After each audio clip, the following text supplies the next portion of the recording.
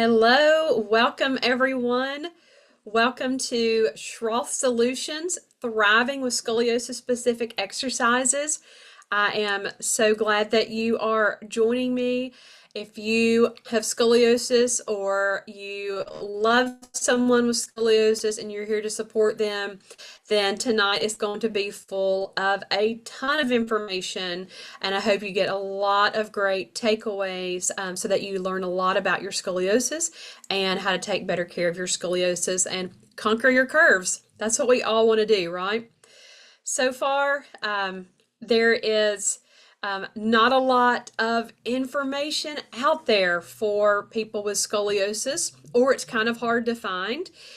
There is more research being done, thankfully, on degenerative adult scoliosis, adult onset scoliosis. So if you're in that camp, there is some ongoing research. I'm so glad to report that.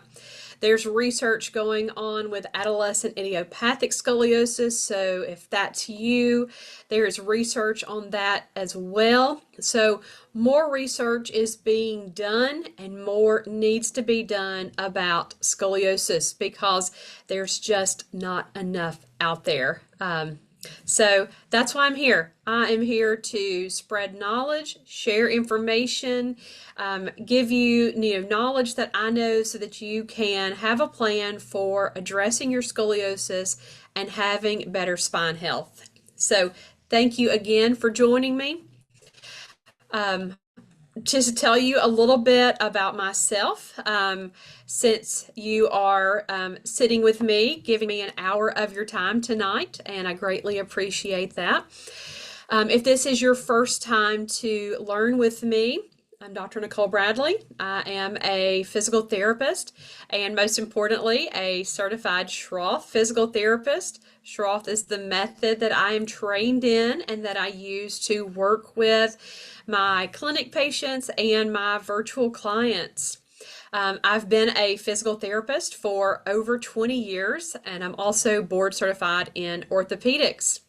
I use dry needling in my practice. I'm myofascial release trained as well, and have spent the majority of my career treating spine, orthopedics, and sports medicine.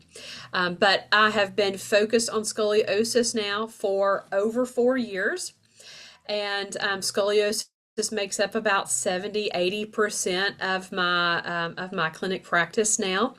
And I still get to see a few athletes and non-scoliosis patients from time to time, but there aren't many Schroth practitioners across the U.S., definitely not in my region.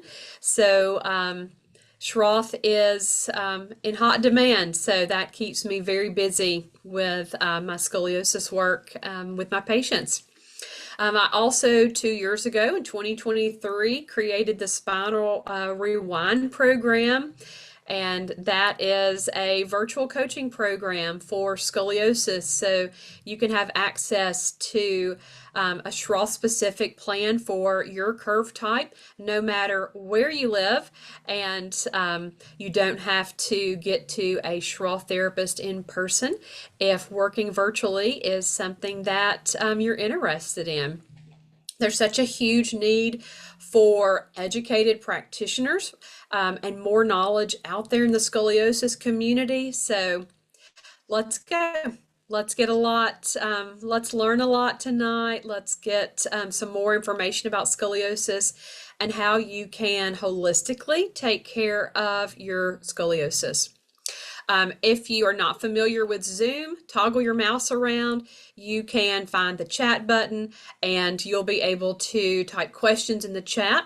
I will answer your questions towards the end, but feel free to drop them in as we go, and or save them to the end, either way. But definitely feel free to put your questions in that chat button, and that looks like a little word bubble, so I can even type in a hello everyone in the chat. That way you see that word bubble pop up. And I'm in Tennessee. I would love to know where you are from. That's always so much fun to hear what states other people are from. So If you want to drop that in the chat, that is, you are very welcome to do that. So we have California, Indiana, North Carolina. That's fun. Oh, we have another California, another Indiana, and Canada. So that's always fun when you get people from other countries joining in. So I love that. Welcome, welcome everyone. Okay, let's get started. Let's get started with a self-survey. How does your body feel? Let's just take a quick survey of our body. How does my body feel right now? Where are your feet? Where's your buttocks? Which side are you putting weight onto? Where are your shoulders? Where are your elbows? Are you leaning to one side or the other? Okay, just take a quick survey of your body. See where you are in space. All right, I'm seeing Karen said she's using her lumbar support. That's awesome. I'm so glad. I'm also using mine, using my disc. I love my little disc. I'm sure you received that on the email, may have even seen me talking about it in Curves and Conversations last Saturday. One of my favorite tools for scoliosis, and I'm short. I'm using it in my chair behind me pretty much at all times so that I can be comfortable and keep my spine supported. I will show you how to use the disc towards the end. Yes, I will definitely go back and circle back to how we use that disc, and also have my lumbar roll with me, so I'll show you that as well. Okay, so we're done with our self-survey. Let's jump into some anatomy. I am a total anatomy nerd, and I love the body, so I want to share a little bit about it with you. There are 3 sections to the spine: the cervical, the neck, the thoracic, the rib cage, and then the lower section, the lumbar, leading into the pelvis. Each of those vertebrae, there are 33 of those. They should be stacked one on top of each other like an alphabet block. So we see here on the left, we see our typical spine, looks like an alphabet block, stacked nice and straight. Over here on the side, we see our scoli spine. So scoliosis, that's when you have a lateral curvature away from midline, and those vertebrae are no longer stacked like alphabet blocks. They are deviating away from straight and starting to curve.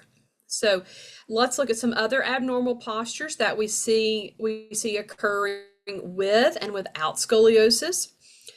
So our guy here on the left in blue, that's a typical posture. We see these normal curvatures that we're supposed to have, the lordosis and the kyphosis of our spine from that side view, that sagittal view.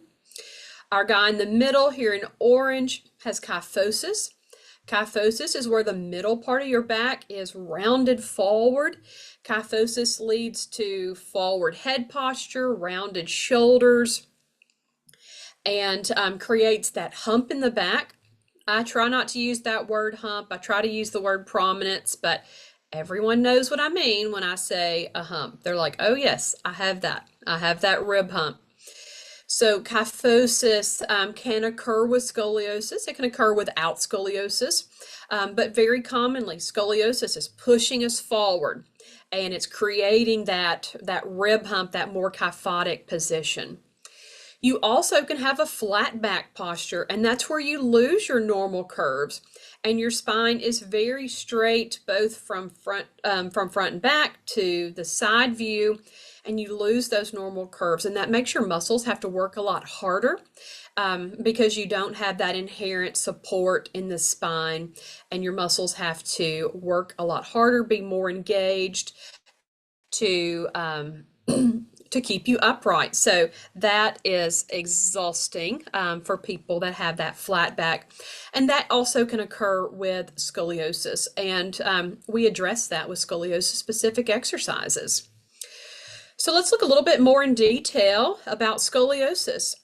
One of the most confusing concepts that people have, and one of the most common questions I get is, where's my convex side? Where's my concave side? So which side is convex? Which side is concave?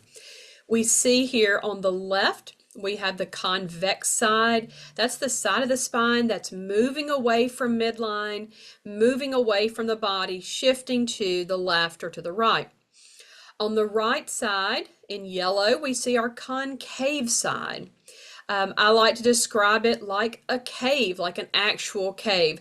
The spine is caving in. Just how you would enter into a cave, you can enter into that concave side of the spine, and you can see that that spine looks like it's collapsing into that cave or into that concave side of the spine. So that's kind of what we use. I hope that helps you remember it. You're caving in on the concave side with that convex side moving away from midline.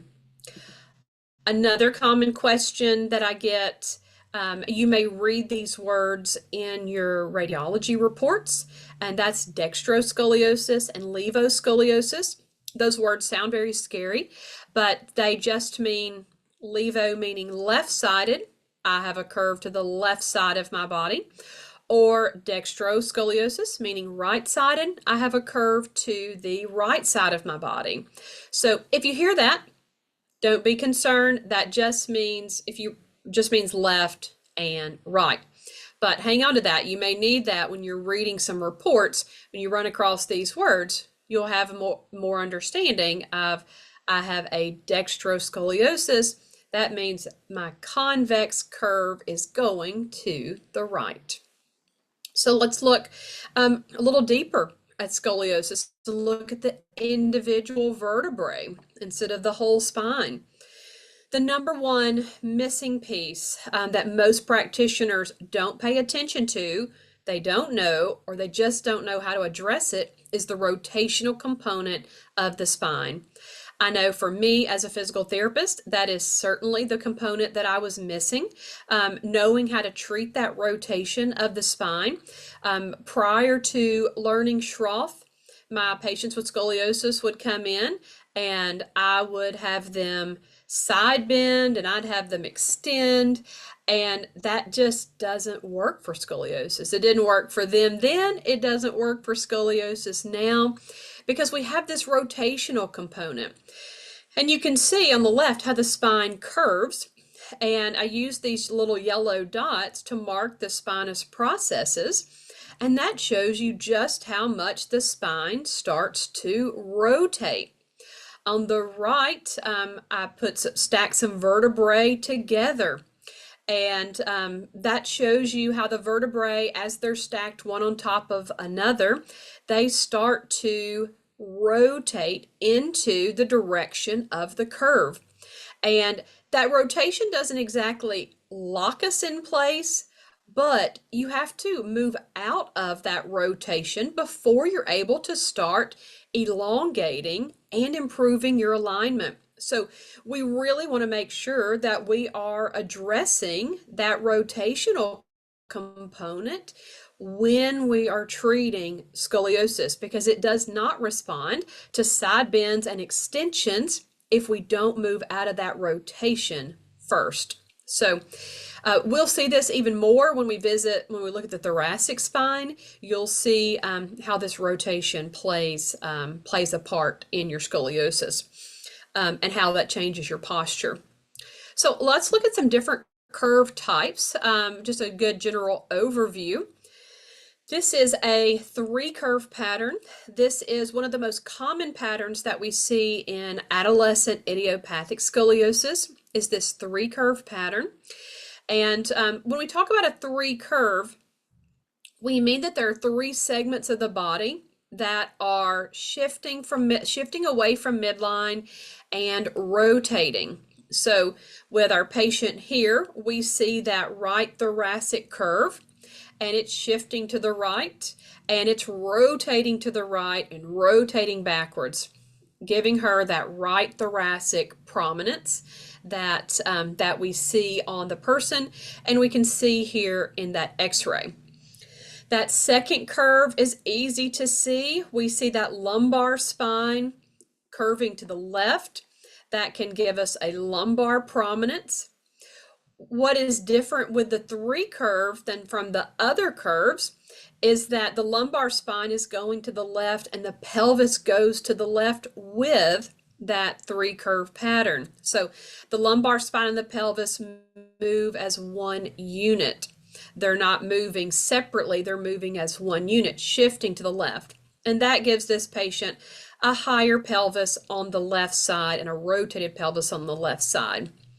Now that third curve we see is occurring up high in the thoracic spine into the neck, where the spine is trying to move from that primary right thoracic curve into the head and neck. Our body is so smart, our brain is so intelligent. We always want the eyes to be level with the horizon.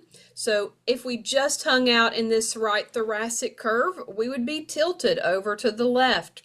But our brain is so intelligent, it says, wait a minute, let's curve back up and let's get our eyes level with the horizon. So that's that third curve, and that's going to rotate the head and neck or the shoulders or both of those together. So I think that will be that'll be much clearer when we look at this Schroth picture here. So we see her x-ray on the left, and then we jump over to the right, and we see a very similar curve pattern here. The 3 curve with one shoulder rotating back, one shoulder rotating forward. Thoracic spine, one side rotating back, one side rotating forward. That gives us a rib prominence on that right side, rib protruding towards the front on the left. And then we see the lumbar spine and the pelvis moving as one segment together, sliding to the left, moving away from midline to the left, and rotating to the left, and even bringing that left pelvis up a little higher. So that's that 3 curve pattern. We typically see thoracic curves occurring on the right side. Not always the case. Sometimes with a thoracolumbar curve, on the lower right side, we see an upper left curve, and we can see this completely reversed. But typically, we're going to see that primary curve being a right thoracic. So let's take a look at the 4 curve pattern. So 4 curve pattern is a primary thoracic curve, a secondary lumbar curve, if you look at this x-ray on the left with me. And what you'll notice very quickly is that the lumbar spine goes to the left, but the pelvis shifts to the right. So we get the right side of the pelvis rotating to the right, shifting to the right, and coming up higher. So that's different from the 3 curve pattern where the pelvis stayed with the lumbar spine. This pelvis is shifting in the opposite direction of the lumbar spine. And then we see our 4th curve again being higher in the upper thoracic spine going into the neck. So again, we can look at that Schroth picture of the 4 curve spine, and we see the shoulder segment, one shoulder rotating forward, one rotating back. Then we have the rib cage gliding to the side, one side rotating back, one side forward. Then we move to our lumbar spine, gliding left in this picture, rotating left, and then the pelvis gliding to the right, rotating backwards, and rotating to the right. So we address all 4 of those segments of the body when we are working on our alignment. Just like you build a house, you want to start with a sound foundation, a strong foundation. We start at leveling the pelvis and we work our way up. So each of those segments with the Schroth method, we are addressing each of those to give our patients optimal alignment. The Third most common curve pattern is the thoracolumbar curve. And what you see here is a large primary curve in the lower thoracic, upper lumbar region. We're going to have an apex of that thoracolumbar curve at T12, L1, L2. And we're going to see the pelvis, similar to a 3 curve, we're going to see the pelvis shifting away from that lumbar spine and headed in the opposite direction. So we see a primary thoracolumbar curve on the right, and we see the pelvis rotating, shifting to the left.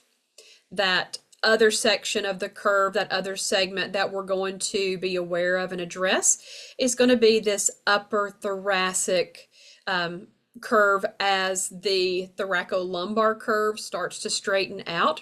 Remember, I talked about how our eyes always want to be level with the horizon. So our brain is very smart, and it's starting to curve us back so that the head and neck get more level. So we see this upper thoracic shoulder segment being rotated along with this thoracolumbar curve and the pelvis being rotated. So we look at this when we're evaluating someone to see where's their body rotating, and that's where those wedges come into play. I sent an email about the wedges, talked about them in curves and conversations. It's one of the mysterious things of Schroth. But basically, wherever the spine is moving away from midline and rotating backwards, we put a wedge underneath it. So we take that rib hump, we put a wedge underneath it. We have a rotated pelvis, we put a wedge underneath it. Shoulder blades, we have one shoulder blade rotated back, one rotated forward. We're going to put a bean bag underneath that shoulder blade to allow the one that's forward to drop back. So we use that passive alignment in everything that we do. So we use those wedges and those bean bags to move you into a derotated, more optimal aligned position. And from there, we work on our breath work. We work on stretches. We work on strengthening our abdominals. If we're not strengthening outside of our scoli curves, and we're strengthening in our scoli curves, then we're reinforcing that scoliosis pattern. We do not want to do that. So we'll talk about that a little bit more, how we change that and don't focus on strengthening in our scoli curves. Always being aware of aligning, moving out of our scoli curves before we move into something for strengthening. So when I'm evaluating someone, the first thing I typically do is look at x-rays or pictures. Hopefully I have both. I'll usually have both for my virtual clients. My in-person patients, I'm almost always going to have x-rays to look at before I see the person. X-rays tell us a lot about the spine, tells us a lot about the health of the spine, and it gives me an idea of what the patient's coming in with. But I really want to see the actual person and see what their body looks like and how has scoliosis shaped their body. So we've got a little better understanding of those 3 main curve types, the 3 curve, 4 curve, thoracolumbar. So let's take a look at this patient and do a little evaluation here. What do you see? When I have the patient, when I'm looking at their pictures or I'm looking at the patient, the first thing I look at is the head and neck. And then I look at their shoulders. Are the shoulders level? Is one shoulder going forward, one shoulder going backwards? Then I look at the shoulder blades. Are the shoulder blades winging? Sometimes it's just one shoulder blade. Sometimes it's both of them, depending on the curve type. We see that a lot more with a thoracolumbar curve type. We'll have both shoulder blades winging. Then I look at skin folds, and we can see this example here. She's very lean, she's very thin, but she still has a skin fold due to how the pelvis is coming up higher. That creates this deeper skin fold. So I look left and right and see, are skin folds symmetrical or are they asymmetrical or uneven? So those skin folds are a big indicator of where those concave sides of the spine are. Also look at distance between the arm and the body. So we see on the left how the left arm is sitting very close to the body, normal appearance of how that left arm is hanging. But we see the right arm, how it looks like it's hanging a lot farther from the body. So we can see how the trunk is shifted more to the right. That right shoulder is more forward and has dropped down, and that causes the arm to hang farther away from the body. So that also gives us an indication of what's happening at the spine, at the level of the spine. Now, in this patient, we can see that thoracolumbar curve here to the left, pelvis shifting to the right, an upper thoracic curve to the right that's pushing that shoulder blade down. But these are the things that I'm looking for. And this is a great way for you, if you have scoliosis or your child has scoliosis, this is a great way for you to monitor your scoliosis. Take a picture, take it, every 6 months, take it every year, take it in the same location, wearing the same clothing if you can, and keep an eye on, is what I'm doing working to improve my alignment, or is what I'm doing worsening my alignment? Is my posture changing? So keep that in mind. You can take those pictures. It's a great way to keep track of your scoliosis. Now, if you have been learning with me for a while, I say don't hang out in your curves. We want to stop hanging out in our curves. And this patient of mine, perfect example of hanging out in your curves. So we can see she came in, she sat down, she had something to fill out or sign, taking some notes, and she just collapsed right into her curve pattern. So she dropped that left elbow down to the armrest, let that right shoulder drop forward, right pelvis come up higher as she shifted her weight into that left lumbar spine. We can look a little closer and we can see the head and the neck are tilted. We can look at the collarbones. The right collarbone is different from the left. They're angled differently. The right shoulder is more forward and much lower than the left shoulder. So that's that rotation, how one segment, that shoulder segment, has rotated. We can see that very easily in this example. We can see just how her clothes are folded and just bunched up on the right side as she has allowed the right side of that pelvis to shift upward. So prime example, hanging out in your curves. So you may ask, okay, so what does that matter if I hang out in my curves? Well, what matters is what happens 5 years from now, 10 years from now, when you're chronically wearing and tearing, unevenly wearing and tearing on your disc, on your ligaments. You start to see gravity and age and wear and tear take a toll on your spine. So this is one of my recent clients, and the picture on the left is from 2015. The picture on the right is from 2025, so 10 years apart. These x-rays were taken. So she was doing a lot of good things for her body. Exercising, maintaining a good healthy weight, not a smoker, but she wasn't doing anything scoliosis specific. She was just doing what she knew to do to maintain her weight, exercise, take care of her body, all the good things. She's in healthcare, so spent quite a bit of time sitting, charting, and then patient care, lifting patients, transferring patients, hands-on with patients, but never incorporating or never thinking mindfully about the scoliosis and how she needed to move her body differently to better support her scoliosis. So we can see, comparing left or right, how that thoracic curve has changed over the last 10 years. And these x-rays were like in the 30s and now in the 40s. So before full-blown menopause hits and that complete, and total loss of estrogen, but we still see hanging out in the curves, wearing and tearing on the spine. The most dramatic change is the pelvis. Take a look at the pelvis here on the left. It's not level, but somewhat level. And then how that lumbar spine and that pelvis have progressed and changed over the last 10 years. So that's why hanging out in your curves is something you want to avoid, and you want to move with purpose as much as possible.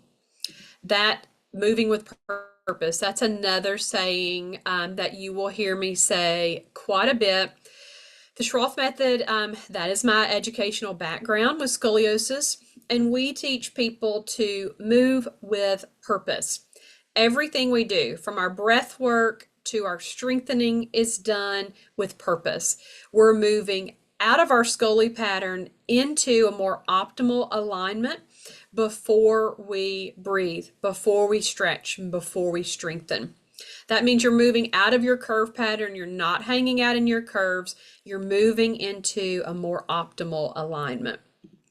So let's talk a little bit more about the Schroth method and what that looks like, what that means. So 4 key principles: alignment, breath work, elongation, and strengthening.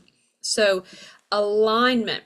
First, we want to identify your curve pattern and how your body rests and how it moves.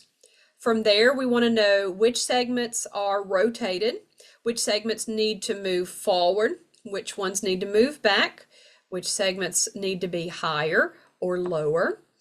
You can look at these Schroth pictures here, the 3 curve, 3 blocks stacked on top of each other, how they shift to the side with scoliosis, and then how they begin to rotate, and the 3 curve here and then the 4 curve here. That shoulder segment, that thoracic segment, and that lumbar pelvis, or our shoulder segment, our thoracic segment, our lumbar segment, and the pelvis moving separately, moving in opposite direction. So learning how to actively and passively restore your alignment by derotating and elongating, that's really one of the most fundamental parts of Schroth. And we use those wedges, putting those under the rotated segments to give us passive alignment for our exercises. And then we're doing that also in sitting and standing. This is a picture from my program.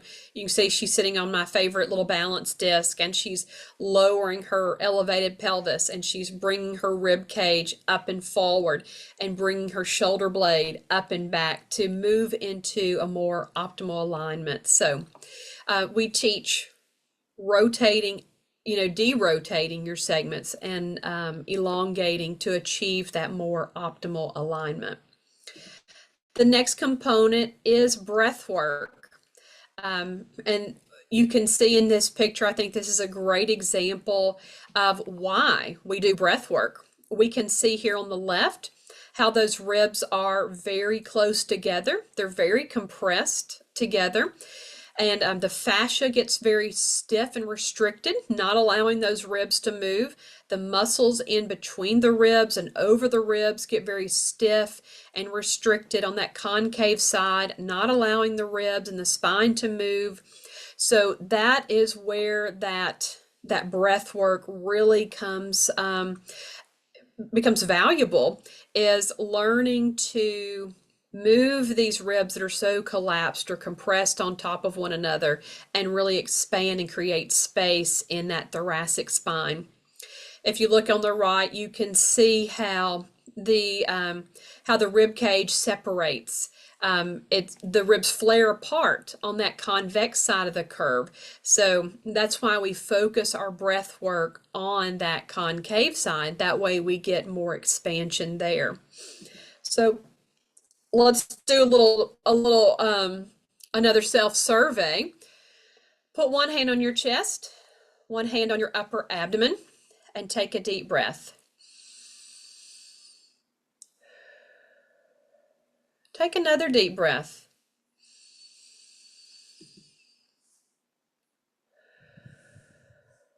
Where do you feel movement occur? If you feel your upper chest, shoulders moving more, that is incorrect. You want to feel your lower hand move, that diaphragm. You want to feel that diaphragm moving and not your upper chest moving. A lot of people use their upper chest and their accessory muscles for breathing, and that looks like this. But what we want to do with scoliosis, remember, gravity's pushing us down, it's compressing us, it's crushing us. We want to use our diaphragm to lift us up and move us upward, creating space and expanding our rib cage. The reason we want to do that, we looked at that x-ray, we saw those collapsed ribs. But the reason we want to do that is that we know with scoliosis, your breath will go right to your convex side ribs, and where those ribs are protruding in the front, your breath will go there. And we want to change that. We want to breathe into those concave and collapsed areas of our rib cage to expand that. And you can see in that x-ray how we have these collapsed ribs that are compressed more together. So that's why that breath work is so important in the Schroth method. The next thing we're doing with Schroth is elongation. That means stretching the spine to lengthen the spine. Move out of those curve patterns, lengthen it, and get it straighter. So we do that a variety of different ways. We can use our Schroth wall on the left, and we can do hanging, full hangs, semi-hangs, multiple variations of hanging from our Schroth wall.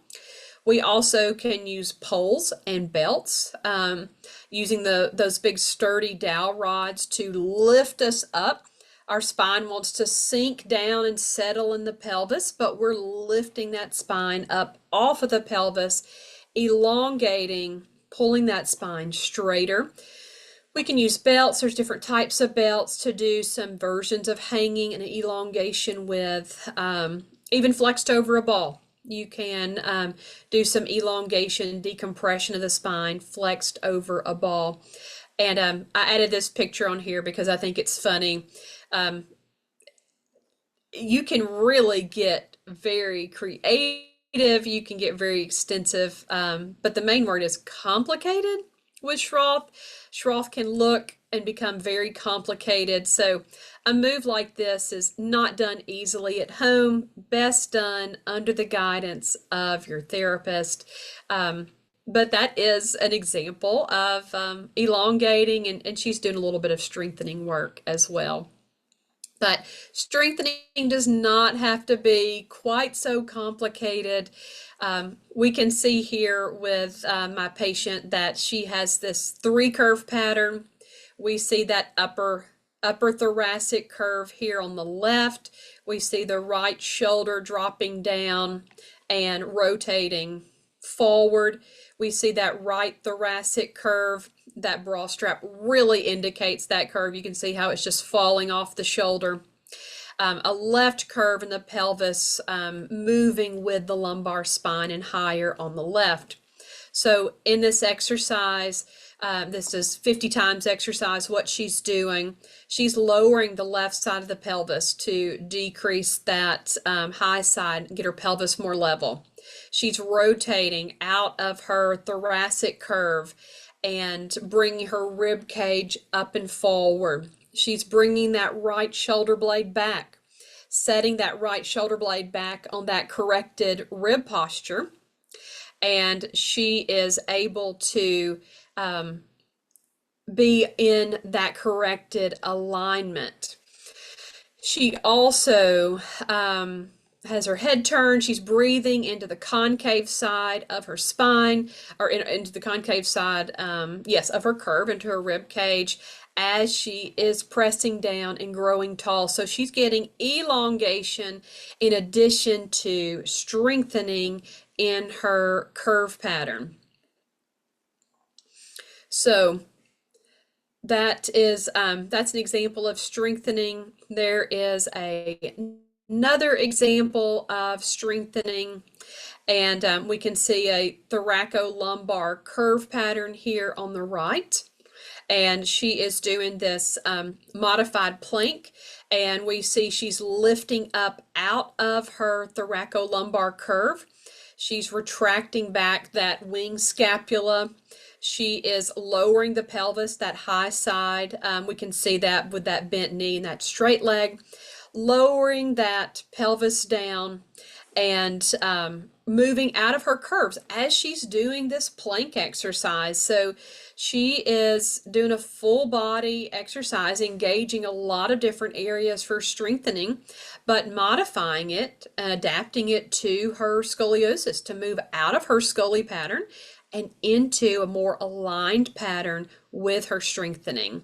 So anytime you're strengthening, you want to be moving into a more optimal alignment, strengthening in that aligned posture. That way you're reinforcing that corrected posture, that good posture. You're not strengthening and stabilizing in your scoli curves. You're moving out of those curves before you do any strengthening. Now, don't get too worried. This is not a beginner exercise. We don't get to planks until much farther into my program, but it is a great exercise and a great way to incorporate Schroth into full body strengthening. So if you're thinking about if you're thinking about the Schroth method, working with someone who's a Schroth practitioner like me, or interested in working with me in my Spinal Rewind program, this is what it should look like for you.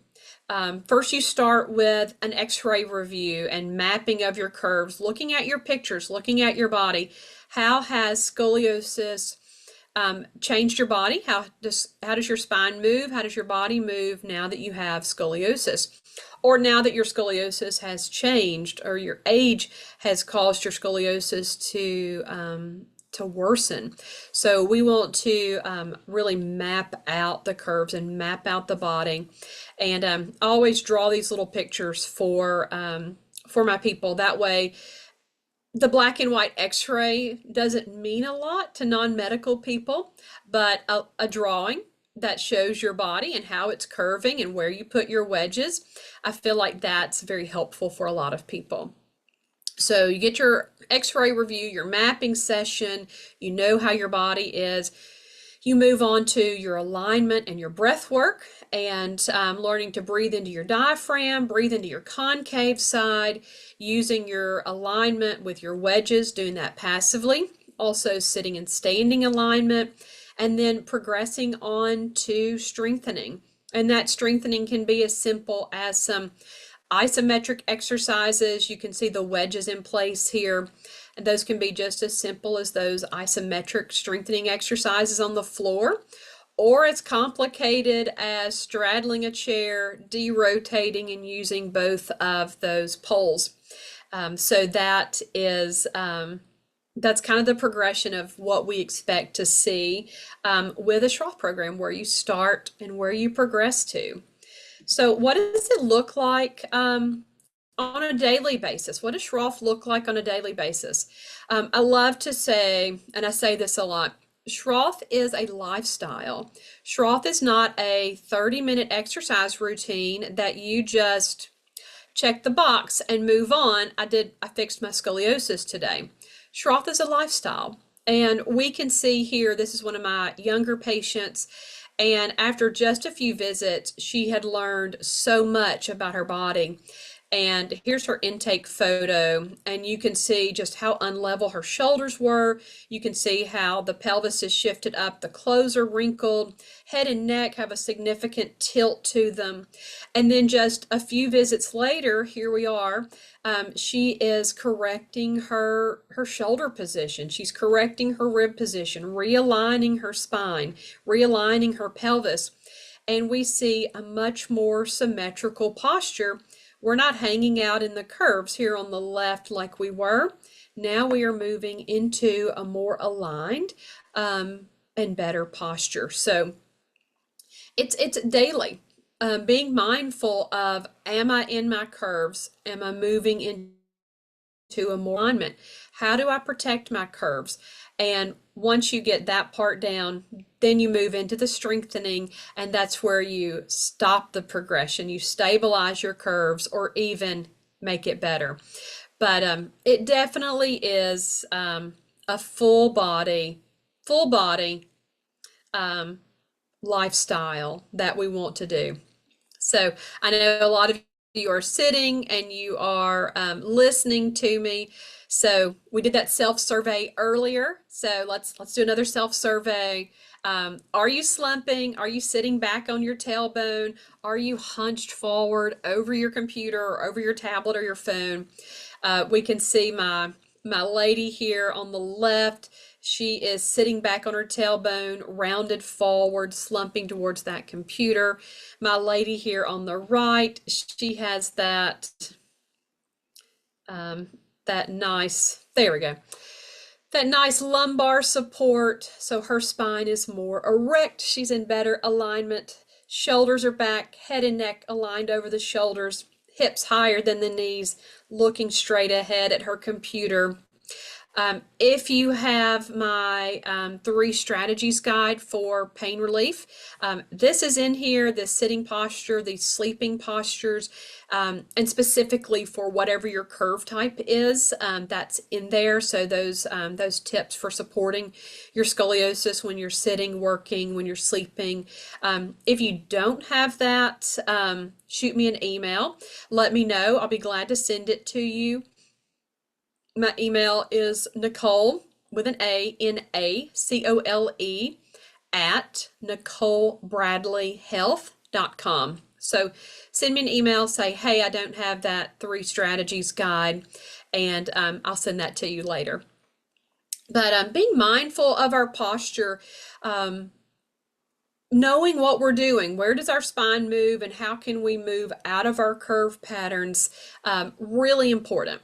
It's hard to tell you specifically what to do in a 1-hour training when we have different people of different ages and different curve types, but I hope looking at these examples gives you some idea about moving with purpose, moving out of your curve pattern and moving into a more optimal alignment.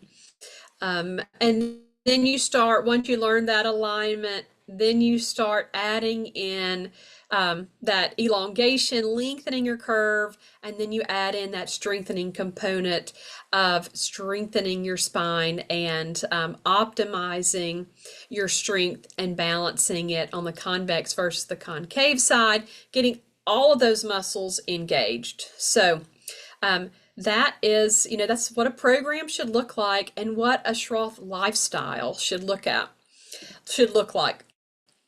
So here's one of my clients, and she had been doing all sorts of great things, exercising, walking, taking care of her body, but never had anything specific for her scoliosis. And she could see as she was getting older, their scoliosis was starting to deteriorate, starting to change. And she really wanted something very specific for her scoliosis. And so she was one of my Spinal Rewind clients, and she did very well. You can see she wrote on here, do her program, Spinal Rewind, it will change your life. Her goals were to decrease her cob angle and improve her posture and get stronger and have some really scoliosis specific things to do for her body. And that's exactly what we did. We had a very specific program for her curve type, and she learned breath work and alignment and elongation and strengthening, and she did very well. Was so happy, and she's one of my virtual clients. She's in California. I didn't do any dry needling. I didn't do any myofascial release. I didn't do any spinal manipulation. We have only ever met on Zoom. So I love that I get to work with women on the other side of the country and help them achieve their goals through a virtual program. Here's another one of my clients. This is a young man, about 18, 17, 18, and just like most teenagers, he was self-conscious, worried about what his body looked like. And we can see here on the left, he's got some pretty significant asymmetries in his shoulders, and he felt like that rib prominence was very prominent, and he could see that a lot, and that really bothered him. So we started working together in the Spinal Rewind program, and about 4 or 5 months later, when this next picture was taken, we can see some definite improvement in his symmetry and the body shape starting to improve. So he was very happy about that, and the way his body was changing, the way he started to look. So that made him very happy. What made my PT heart happy was this side picture. Look at his starting posture and where he was in the beginning. Look at that forward head, how far forward those ears are over the shoulders, how far rounded the shoulders are, how curved the thoracic spine is. And now look at this picture 4 months later. Look how that head and neck are aligned over the shoulder. The shoulder is brought back over the thoracic spine. And we still see a curve there, but it's much improved over what it was just 4 months earlier. Now, he had stopped growing, so we weren't expecting to see a big significant change in his curves, but we saw a significant improvement in his posture over about 4 months' time. And then a couple months later, he had a follow-up with his doctor, and they did x-rays, and he had an 8-degree reduction in his thoracic curve. So his dad reached out to me, and he said, "Hey, this is amazing." The doctors were amazed. We are so happy. Thank you so much. Of course, I loved hearing that. They were happy, I'm happy, and what a beautiful transition of his posture in just such a short period of time.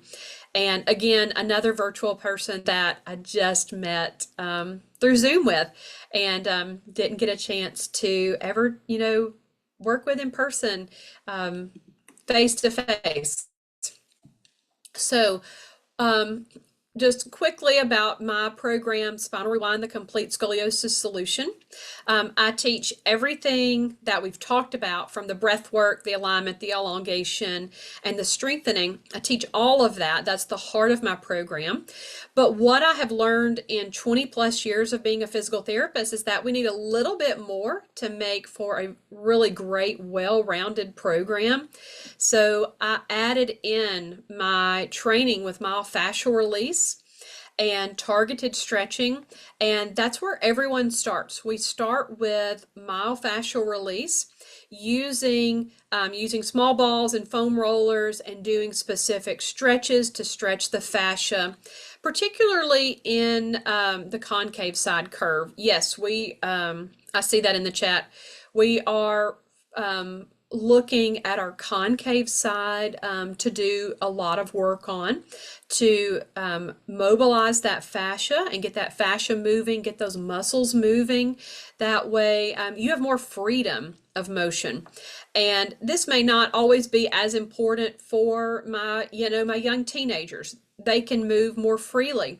But if you're in your 60s, then you have years, if not decades, of dysfunction, layers of dysfunction of skin, fascia, muscles that are shortened, tightened, not moving. not stretching and lengthening the way you need them to, and they're holding you in your scoliosis pattern. So I start every one with myofascial release and targeted stretching. I created a whole video series just for myofascial release for my Scoli clients to make sure they knew how to release those tight areas so that that way they could gain freedom of movement.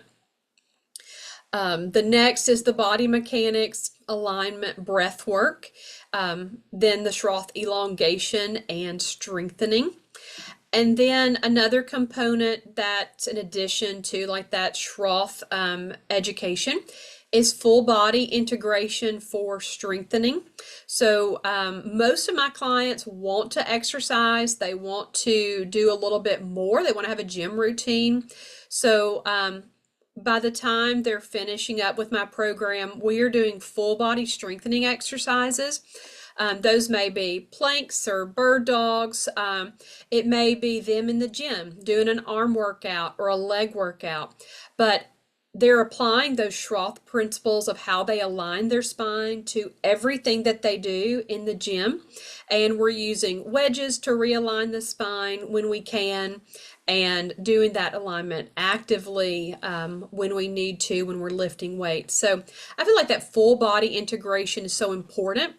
Of course, for women, we know perimenopause, menopause, we start to lose estrogen and we start to lose bone density, bone mass, and we start to lose muscle mass. So we want to be lifting weights. We want to be doing resistance exercises. So I try to do a lot of education on how do we move with purpose? How do we do those resistance exercises, those good weight-bearing exercises, so we're holding off that osteopenia and that osteoporosis. We're not losing our muscle mass, and we're integrating all of those good Schroth alignment principles into our full body strengthening. So that's how my program is expanded. It's a little bit different from a traditional Schroth program, just a little bit more added in what I've learned from my last 20 plus years of being a physical therapist. There's a question about myofascial release. Craniosacral therapy, yes, that's definitely a technique for addressing the fascia. So you can, there are other people trained in myofascial release.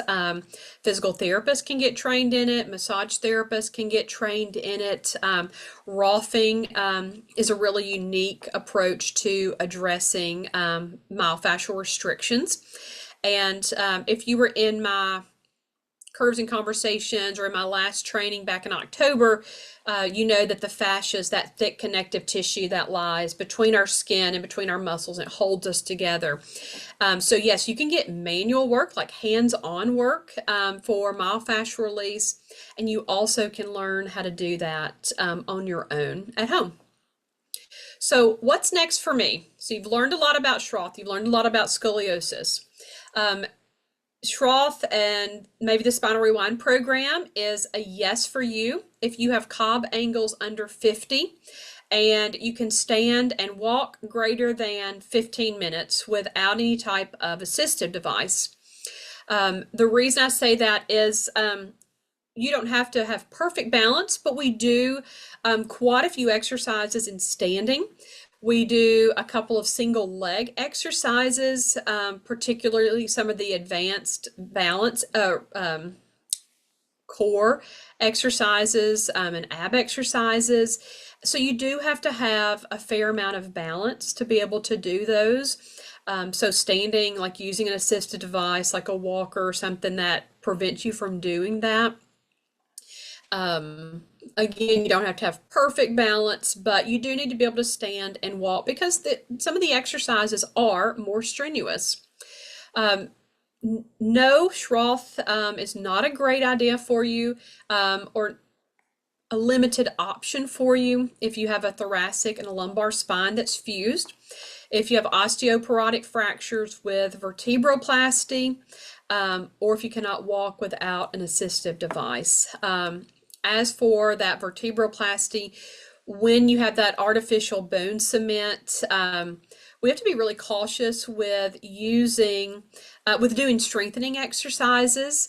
You can do them, but you have to be cautious with those when we're exercising an osteoporotic spine against that bone cement, that really firm, cemented, corrected bone. So we want to be really cautious with that. And then Schroth is a maybe for you if you're over 75 years of age. It's not a hard, fast, rule that you can't do it over 75. But what I have seen is the osteoarthritis, the degenerative disc disease, the stenosis that we see occurring as we age with scoliosis, that tends to compound and make the health of the spine. We tend to build those up and get more of those problems. We get all the itises in our 70s and into our 80s, and it just makes it harder. Doesn't mean it's impossible, it just makes it harder. So sometimes you can't work at as quick of a pace. Sometimes you have to dial it back and do things a lot slower or more gentle. So it depends on each individual person in, how active you are and how mobile you are. But I have found that, especially that 80 plus group, really have a hard time doing a lot of the exercises. And I don't want to enroll someone in a program that's not going to serve you, that's not going to benefit you.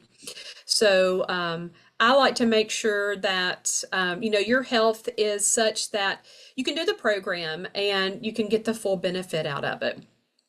If you have a small segment fusion, that's a conversation. If your L5, S1 are fused together, you can do a lot of fantastic work on your thoracic spine, but you're really limited in what you can do with the lumbar spine and the pelvis.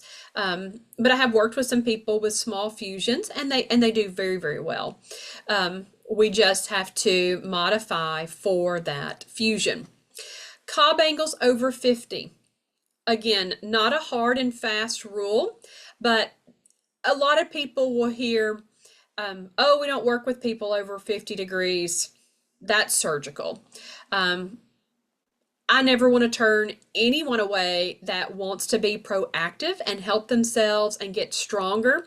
So 50 degrees is not like a hard, fast rule for me. I've had 2 women recently in my program that were like 58, 55, 58, they were in those upper 50s, and they did well. They especially did well working on the myofascial release. That was very targeted into their concave sides. And once they loosened that, they were able to move with a lot more freedom. And they were very successful. But you will hear in the medical community that 50 degrees, a lot of surgeons at 50, they're going to say, oh, the only thing you can do is surgery. Less than 50, maybe not a surgical candidate yet, but if you're over 50, they're usually going to say, you need surgery. So that's why I put that 50 degrees there. But that's a conversation. How mobile are you? How healthy is your body? How much, how much are you willing to work? Because I do find that those over 50 have to put in a little bit more time to improve their curves, but it's so worth it. Definitely worth it. Okay, so what, I see a couple of things in the chat. I see, okay, so you use a walker.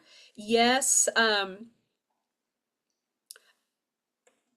The Spinal Rewind program, what I teach, a lot of Schroth exercises, you would not be able to do, like having to hold on to a walker.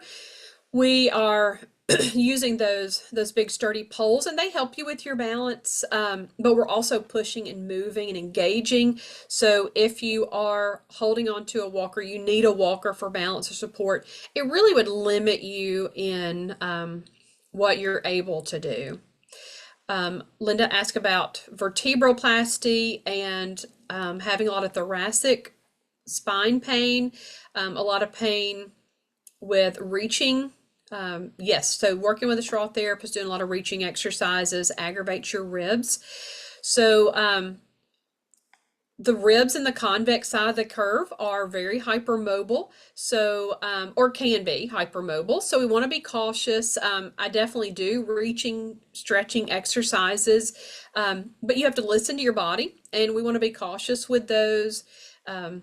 Knowing that you've had some compression fractures, that may be the reason why it became more painful. It aggravated that area of the spine. So that's something to, just be very cautious with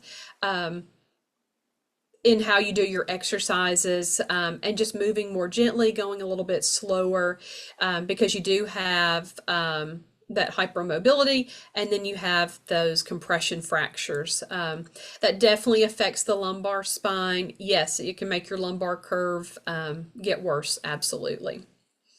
Okay, so what is next? If you are interested in working with me in the Spinal Rewind program, I would love for you to book a call. You can book a scoliosis consultation call. That way you can learn more about your scoliosis and gain some clarity around your next best steps. And I can drop that link in the chat for you. It will also be, you'll get a follow-up email with the replay, so that'll be in there.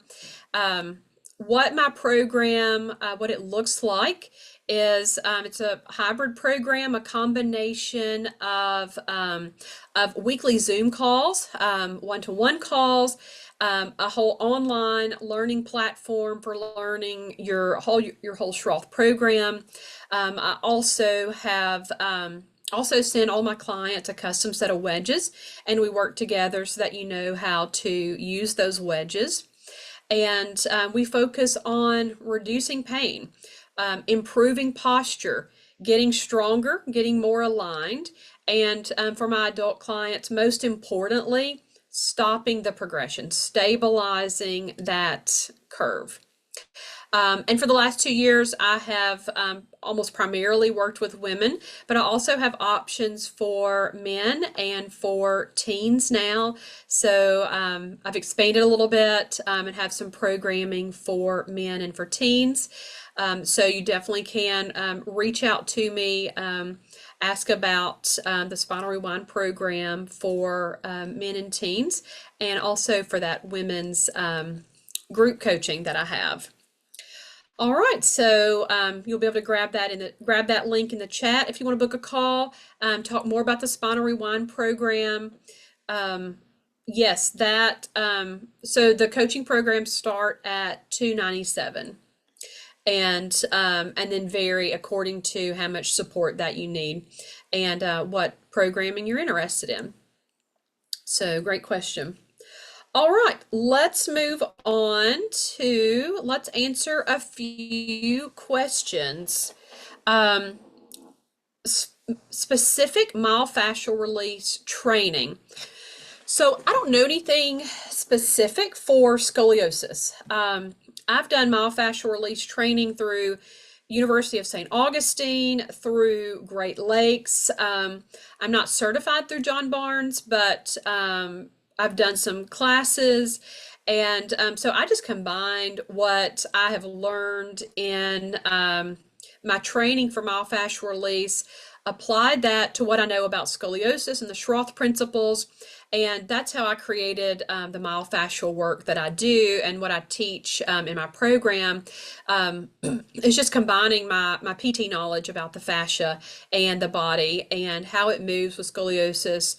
And I put all that in a video format, but I don't know anything specific. That's a great question. I don't know anything specific training for scoliosis, but there's definitely training out there for myofascial. Let's see, craniosacral therapy. I have not personally had that. It is like it says, the cranium, focus on the cranium and the sacrum, and a more gentle way of doing some fascial release. Definitely something to try if you have scoliosis. And I usually tell my people, hey, you need a team. And if you have a really great, massage therapist that's trained in some deep tissue work, trained in some myofascial release, they can be of a lot of benefit to you, helping you with pain relief and helping you with your movement. The lumbar roll, yes, the disc, I'm going to show you that. I don't want to hop off of my slides just yet, but I definitely want to show you that. Let's see. Yes, you absolutely want to be moving out of your curve. If you're strengthening, that was a question, do we have to move out of our curves to strengthen? Yes, you definitely want to move out of your curves to strengthen. Otherwise, if you're getting stronger and you're in your curves, then you are just reinforcing that abnormal scoliosis posture. And what we want to do is move into a better alignment and strengthen and stabilize there. We want to use our brain's neuroplasticity and make new pathways and build new muscle memory. Okay, so I've got my fun little camera. Let me adjust that. This will probably not be beautiful, but let me adjust that and show you my disc. So here's my little disc, and I'm going to set that. Let me adjust my camera so you can see that.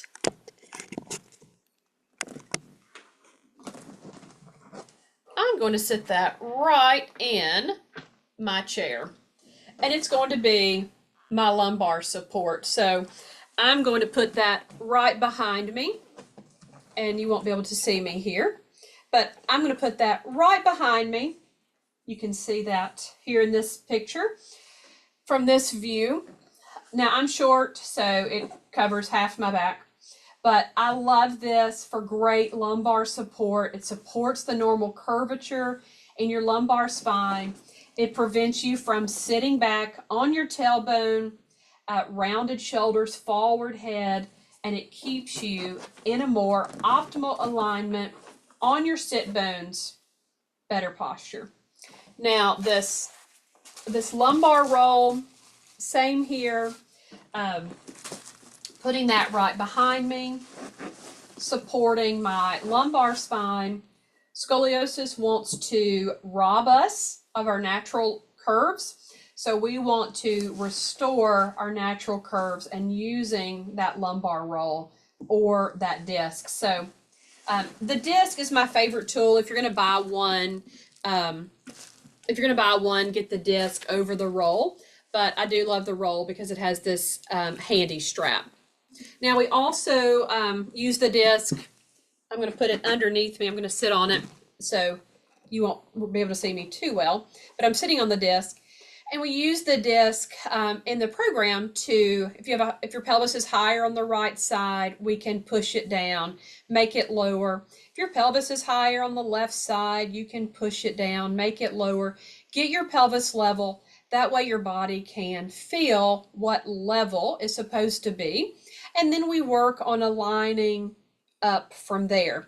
So that's how you sit on that disc and level your pelvis. But lumbar support is what most people use it for and how they are using it for their scoliosis just on a daily basis. So yes, so lumbar support in your chair usually isn't enough. It may be enough. It's going to depend on your chair, but I love something like this for the car or your office chair. That little strap is great. It stays in place. I have found, like, my car has lumbar support, but it's not nearly enough. So I like to have something extra. This office chair that I'm in does not have any lumbar support. I need something extra. So that's where that little disc comes in. All right, so those were great questions. Thank you so much for asking those questions. Those were wonderful. So thank you for joining me. Thank you for giving me over an hour of your time tonight. Thank you so much for that. I hope you learned a lot. I hope you have some great takeaways. I hope you're not sitting in your curves and hanging out in your curves as you're listening to me. I hope you're changing that. Remember, if you don't have that 3 strategies guide, shoot me an email, Nicole at Nicole Bradley Health, and I'll get that 3 strategies guide to you. And if you're interested in working with me, being in my Spinal Rewind program and learning a curve specific program to get stronger, reduce your pain, improve your alignment, stabilize your curves, I'd love to talk to you. And you can just grab that booking link in the chat, or it'll follow up on your email with the replay. You'll also you can grab that off of my website, Nicole Bradley Health. So thank you so much for joining me. Thank you for giving me your time. Best health to you, best wishes, and have a lovely evening.